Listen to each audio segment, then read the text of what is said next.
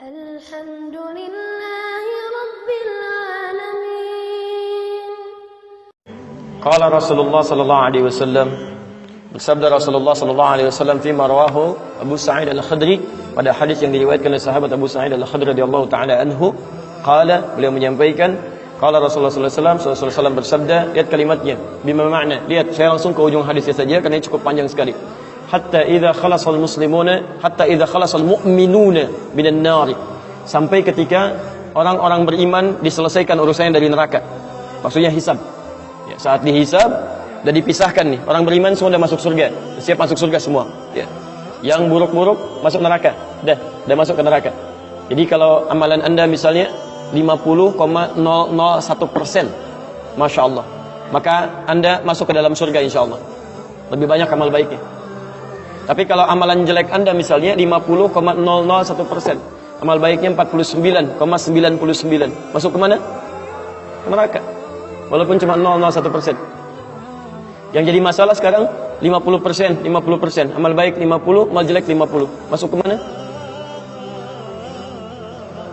Taib. Nah itu belum ke surga dan tidak ke neraka. Lihat kalimat saya, belum ke surga, tidak ke neraka. Disimpan di tempat yang tinggi, yang bisa teramati keduanya. Bisa melihat ke surga, bisa terdengar jerit neraka. Kalau lihat udah nggak tega, udah nggak kuat ke neraka. Terdengar jerit neraka. Yaitu disebut dengan A'raf namanya, tempat tinggi yang bisa melihat keduanya. Disebut A'raf. Ya, makanya ada Quran surah Al-A'raf, Anda baca dari ayat 45-nya sampai dengan ayat ke-50-nya. Ada ashabul A'raf yang belum ke surga dan sangat ketakutan mendengar jerit-jerit neraka sehingga ingin mengharapkan rahmat Allah Subhanahu wa taala. Dia akan ditempatkan di situ di tengah-tengah nanti sampai selesai hisab. Begitu selesai hisab, dia memohon rahmat Allah, diberikan rahmat Allah, baru kemudian dimasukkan ke dalam surga. Kalau hisabnya misalnya berlangsung selama sehari, maka 1000 tahun dia nunggu di situ. Taib. Hatta idza khalasal mu'minuna minan nar, sampai ketika orang-orang beriman itu ya, mulai diselesaikan dari urusan nerakanya. Taib, sudah mulai masuk ke dalam surga.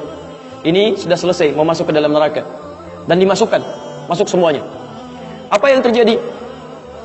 Ma minkum min ahadin bi ashaddi munashadatan lillahi fi istiqsa'il haqqi li ikhwanihi tayyib minal mu'minin lillahi minal mu'minin.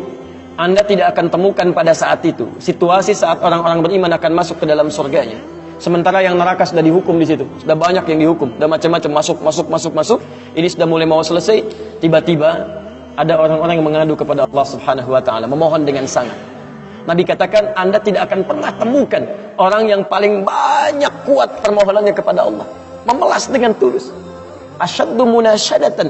Munasyadah itu sesuatu yang dimohonkan dengan sangat. Ya Allah, mohon ya Allah. Mohon ya Allah.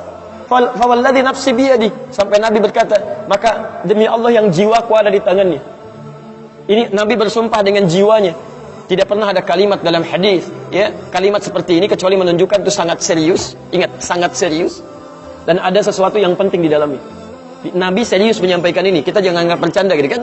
Falladzi nafsi biyadi. Maka demi jiwaku yang ada di tangan Allah Subhanahu wa taala, yang bisa diwafatkan kapan saja. Lihat kalimatnya. Fayaqulu, maka mereka berkata, fayaqulu, maka mereka berkata, ya Rabbuna, wahai Rabb kami yang tengah merawat kami di dunia, memberikan kecukupan, memaafkan kami, mengampuni kami, dan memberikan nikmat surga sekarang. Ya Rabbuna, wahai Rabb kami, hum ashabuna, mereka ada di antara teman-teman kami. Dalam kalimat yang lebih kuat, kalimat yang menggunakan ikhwan, kata ikhwan, hum ikhwanuna, hum ikhwanuna, mereka saudara-saudara kami ya Allah. Hum yasumuna ma'ana, ada orang-orang yang berpuasa bersama kami saat di dunia. Yusalluna ma'ana, kanu yusalluna ma'ana, mereka salat bersama kami saat di dunia. Jadi tiba-tiba ada sekelompok ikhwan yang datang kepada Allah, yang kehilangan saudaranya.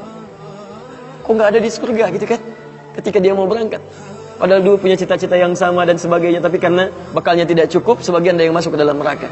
Tiba-tiba mengatakan kepada Allah dengan permohonan yang sangat, ya Allah, saya kehilangan saudara saya. Ya Allah, saya kehilangan saudara saya. Ya Allah, dulu kami puasa sama-sama. Ya Allah, dulu kami sholat sama-sama.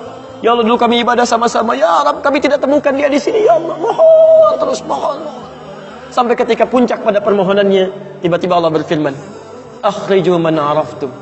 Para malaikat, keluarkan orang yang dikenali oleh orang-orang ini, yang disebutkan tadi. Keluarkan mereka dari neraka. Tiba-tiba dikeluarkan. Bertemulah orang-orang ini dengan temannya. Sampai Allah kemudian dengan rahmatnya katakan lagi, akhriju man kana fi qalbihi mithqala dzarratin minal iman. Keluarkan sampai yang ada titik terkecil iman dalam hatinya, keluarkan dari neraka. Bahkan hadis ini ada di Al-Bukhari nanti, ya ada di Al-Bukhari nomor hadis ke-14, posisi paling kiri sebelah bawah, ya, tayyib. Sampai mereka kemudian dikeluarkan dalam keadaan gosong, sudah mulai terbakar habis dan dimasukkan ke dalam surga kemudian. Setelah selesai hisabnya di dalam nerakanya, dikeluarkan dari situ. Jadi ada orang-orang yang dengan syafaat temannya bisa keluar dari neraka, masuk ke dalam surga, ada yang sama sekali tidak membantu itu. Ya, dosa-dosa yang begitu besar tidak bisa keluar dan kekal dia di dalam neraka. Walaupun dia merasa beriman kepada Allah, tapi digugurkan keimanannya dengan ibadah-ibadah yang melanggar ketentuan Allah, seperti syirik dan sebagainya. Tapi poinnya adalah tiba-tiba ada segolongan teman yang memohon kepada Allah Subhanahu wa taala, "Ya Allah, kami puasa sama-sama, kami ibadah sama-sama, kami sholat sama-sama ya Allah, cuman saya nggak temukan dia di sini." Itu indah.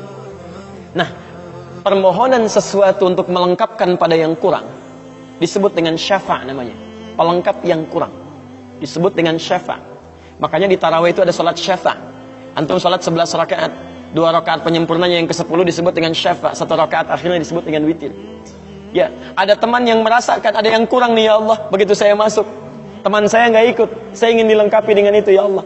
Tayyib, permohonan untuk menggenapkan sesuatu yang kurang dengan sifat yang sangat memohon luar biasa, maka kalimatnya dirubah dari syafa' menjadi ditambah tak di ujungnya dengan alif di tengahnya, jadi syafa'ah. Tayyib. Saya mau akhiri ya, karena ini sebenarnya tidak banyak bahasannya. Siapa orang-orang ini? Itu yang disebut dengan ikhwan. Makanya ketika ayat Qur'annya mengatakan wa kuntum ala syafa hufratin minan nari fa anqadhakum minha. Dan kalian sudah ada bahkan yang sudah mau di bibir neraka itu. Karena ketika diangkat itu oleh Allah Subhanahu wa taala dengan perintahnya, ya diperintahkan oleh Allah. Tayyib, dalam bahasa hadisnya ada yang diangkat baru neraka itu masuk ke kakinya sampai ke betisnya. Ada yang sudah masuk sampai ke punggungnya. Ada yang sudah ke lehernya dan ada yang sudah tenggelam di dalamnya. Tayyib. Jadi ada yang baru di bibir neraka diangkat. Ada yang baru sudah mau masuk ke neraka diangkat. Ada yang sudah tenggelam diangkat. Jadi macam-macam. Ya fa asbahtum bi ni'mati ikhwana. Siapa yang bisa mengangkat itu semua? Di antaranya Allah berikan nikmat kepada Anda dengan dapatnya ikhwan-ikhwan dalam kehidupan. Cuma itu yang bisa menolong Anda di hari akhirat, teman-teman terbaik selain syafaat-syafaat yang lainnya. Ada orang mendekat kepada Al-Qur'an, ada orang sering bersalawat kepada Nabi, ada orang mendekat pada hukum-hukum Allah. Ada orang-orang yang belum bisa maksimal menunaikan itu semua, dia cari teman-teman yang soleh yang menunjukkan pada kebaikan-kebaikan. Bukankah sering Anda dapati seperti itu? Mungkin Anda bersahabat dengan teman yang tingkat ibadahnya jauh di atas Anda. Anda masih sibuk dengan urusan dunia, tapi masih menunaikan sholat, masih puasa, tapi karena kesibukan dunia Anda, Masya Allah, kurang bekal ibadah Anda.